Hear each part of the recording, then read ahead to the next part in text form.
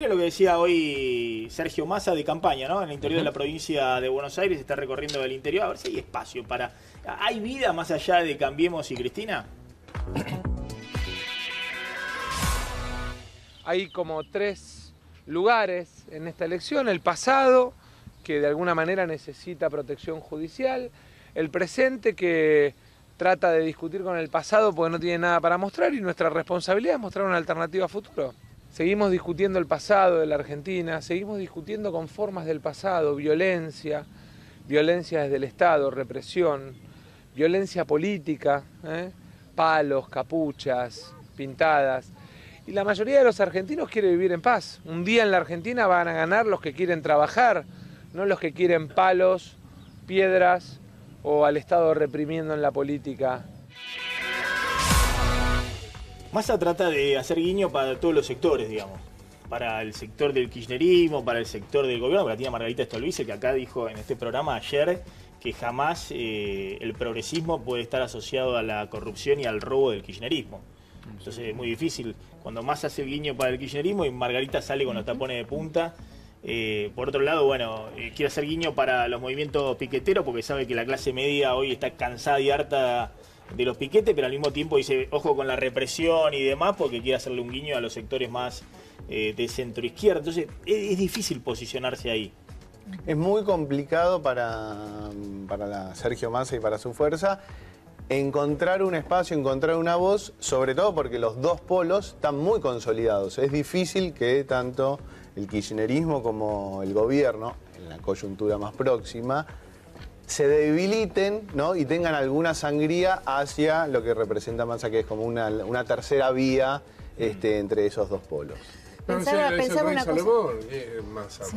Yo no sé si le rinde ser el rey Salomón. Claro. Pero reparte un poco para acá, un poco para allá, equipara la represión con la violencia. ¿Qué represión está equiparando con qué violencia? Como si fueran dos cosas iguales y que él es el santo que está por el medio. No sé si le rinde electoralmente. Y además plantarse desde un lugar de que él es el futuro. En realidad, esto que estamos viendo es un proceso que empezó con la elección de Cambiemos y la presidencia de Mauricio, pero es un proceso de cambio que la sociedad está pidiendo. Entonces a mí me gustaría separar y decir, ¿por qué vamos a poner el caso de Maldonado, que más allá de que todos estamos pidiendo por la aparición con vida de Santiago y que es un tema importante y que tiene en vilo a la sociedad porque tiene que trabajar la justicia, ¿por qué vamos a poner eso en la campaña? Es lo que no entiendo. ¿Por qué le pedimos al gobierno y ponemos todo en un barro de que la ministra tiene que renunciar? ¿Por qué se piden soluciones institucionales cuando todavía no llegan ni siquiera los avances de la justicia, que es donde tiene que dirimirse el tema? Pero además, la ministra dijo, se jugó a favor de la gendarmería de un modo, yo creo, imprudente. Entonces, este es el tema. Entonces, en medio de la campaña, si hubiera alguna novedad de esto, la ministra tendría que ir. Yo no coincido y eso implicaría, con eso. A mí me parece muy mal que se meta en la campaña. Lo que hace el kirchnerismo es vergonzoso y es infame. Es hipócrita. Ahora, si hay situaciones que tienen que ver con que la gendarmería tuvo que ver con esto, la ministra va a tener que dar un paso al costado en medio de la campaña. Yo quiero ser muy taxativa en esto porque escuché en las últimas horas operaciones y acusaciones a la ministra. La verdad que yo no me canso de decir que pongo las manos en el fuego por Patricia. Es una persona de bien que está trabajando, enfrentando a las peores mafias en la Argentina, como el narcotráfico y el crimen organizado. Eso no había hipótesis. Eso en el caso Maldonado no cuenta. En el caso Maldonado había hipótesis. La ministra presentó en el Congreso cuando fue, dio la cara. Recuerden que cuando desapareció, cuando asesinaron a Roberto López en el conflicto con los QAM, que lo asesinó la policía de Formosa, el gobierno no se hizo cargo. 5 años estuvieron los QAM tratando de hablar con la presidenta y no existía la causa por los pueblos originarios en ese momento. Entonces la hipocresía hay que desnudarla. En cambio, la ministra Bullrich fue al Congreso, dio todas las explicaciones que tenía que dar, puso a disposición... Pero cometió un error. ¿Sabes qué error cometió Patricia Bullrich? ¿Sabés? Creo yo, ¿no? El error que ella comete es defender corporativamente a la gendarmería. No es una defensa ella tendría corporativa. Que haber... Porque eso le da lugar, le da pie al kirchnerismo a decir fue la gendarmería, no es que es una discusión en los dos casos falsa, porque si hubo gendarmes involucrados, fueron individuos gendarmes, no fue la gendarmería. Pero a ver, Patricia, y ese error lo comete Patricia, no es el kirchnerismo. Si hubo gendarmes involucrados fue la gendarmería, no un par de porque eso te lleva a la teoría de Bonafini que Macri le dio la orden a la gendarmería. No digo eso, no, por supuesto que no. Bueno, por supuesto que yo vuelvo sobre el tema. Todas las hipótesis todavía son válidas, menos, aparentemente, la del del puestero asesinado, porque ese ADN dice que por ese lado no se puede investigar, esa hipótesis se descartó. El resto, es lo que dijo la ministra, están sobre la mesa. Y la ministra puso a disposición todos los elementos a la justicia. El gobierno, el presidente, el ministro de Justicia, el secretario de Derechos Humanos viajó para hacer pero eso. la verdad que por algo la desactivaron a la ministra, por algo está diciendo Garabano, abrupto, no pongo la mano en fuego por nadie, ni por gendarmería, ni por nadie. Garabano dijo no pongo las manos en fuego por la gendarmería, no tratemos de ver por la internas gendarmería es un cambio drástico respecto a la actitud, yo me la banco, el presidente apoya a la ministra. Que decía Bullrich en el Congreso.